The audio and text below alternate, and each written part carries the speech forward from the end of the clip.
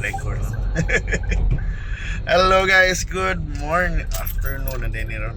So nanay bagong attraction rin Cebu Lighthouse, pero para po tanawa na. Pero murag musakar ka dito sa lighthouse diya. Ba't pila tayo bayad, pero murag mag-init ng summer, pero nindot na diya makali. Para sa nila na ako yung bagong attraction ba. Although kaning lugaran rin Cebu na kanang attraction rin, kaning nanay bagong nga bring fun park, kaning New Star.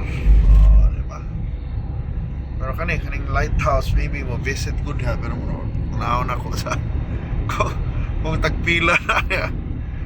Nindot rin na maglili ka, pero mga minus mga pambata batanon or mag-date sila. Nindot rin na. And anyway mo ni medyo nagya po haze gidirisin po kay tungod nes ko lagi. Itong mga pollution, emission nga, dahil walay hangin ko no, niri mapundok ng mga abog sa babaw. So mao nang kung naakay asthmatic ka, ayaw lang kuan, mag-mask na lang mo, kanang mga medyo kuan, mainara na, o ni mga bata pang gamay, o kanang sensitibo ba, o lang, mag-mask, yan, kung di, indoors lang yun mo, as much as possible. So medyo hazy pa kayo sa una, di ba itong mga niyagi sa mga blue kayo ng langit, karon mo na may pagka-gray-gray ba, lilikuan ay nag-abog. So yawas nagbahay ko.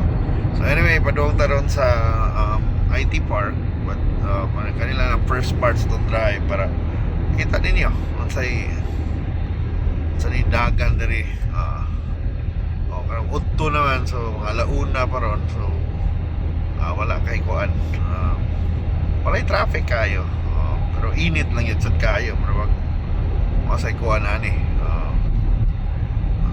tago sa katuman sa kainit. Yang uban mani biyahe gihapon, waring gid siya agi. So makakita gid ka. So anyway, summer na ron yun ron, in the height of summer na yan, na ni bagong news deron sa mga bata, I think mga nas public school, June 8 ng klase yan, din na ni pareho sa una na upat ka grading mo na, di ba? Marami nag-upat ka kuan karon gihimon lang trimester, so tulo na lang ni ka grading kuno high yan, ay mahuman ng klase April 8 next year. So murag ang first term is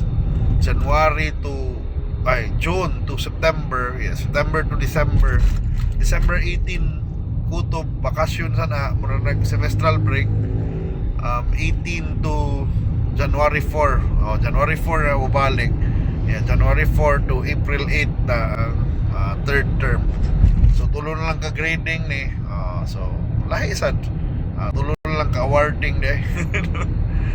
Pero ano yung palahi ron, good luck na lang sa mga bata na bakasyon mo, enjoy yaro na summer kaya mamalik na magklase ron June 8 June 8 na ha.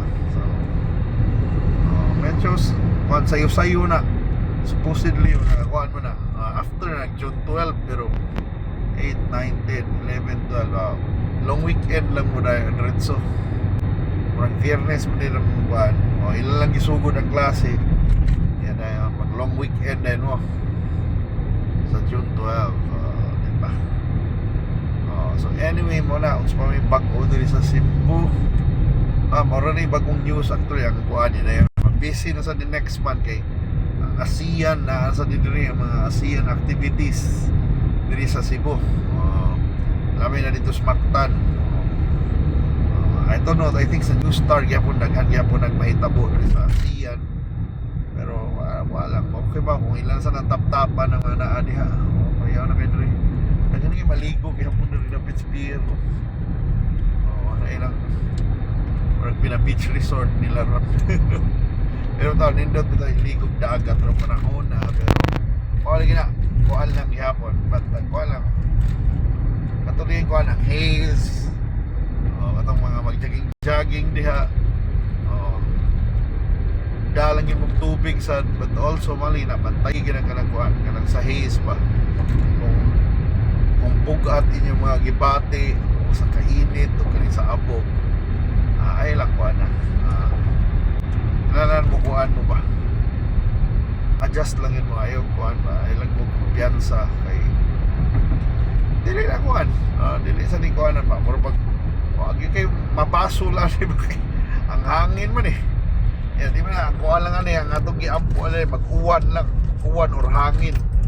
So mag-uwan na mawa na actually ng abog mo clear na. Pero kani siya mo rin nagpondo lang nis babaw ba. Kay tanaw mo may hangin ng kita kahoy di maglihok. So kani kuan ko di tungod sa kanlaon, tungod rin ginis mga emissions, katong mga sunog yan ang mga tanom ba, mga sagbot na nasunog sa bukid o kanang kuan asa na padung o mana yung haze na to no? So mana ayaw na sumong pagdaog-daog tingin panahon na ay samot na yung kuan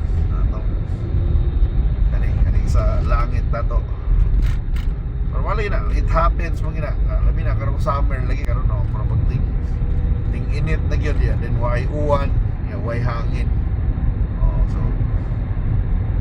Mao na ingon sa balita ha, yung air quality lagi nato kuno pati karong panahon na. So manang kung sensitibo ka, asthmatic ka, ayaw kuan. Ay lang gyud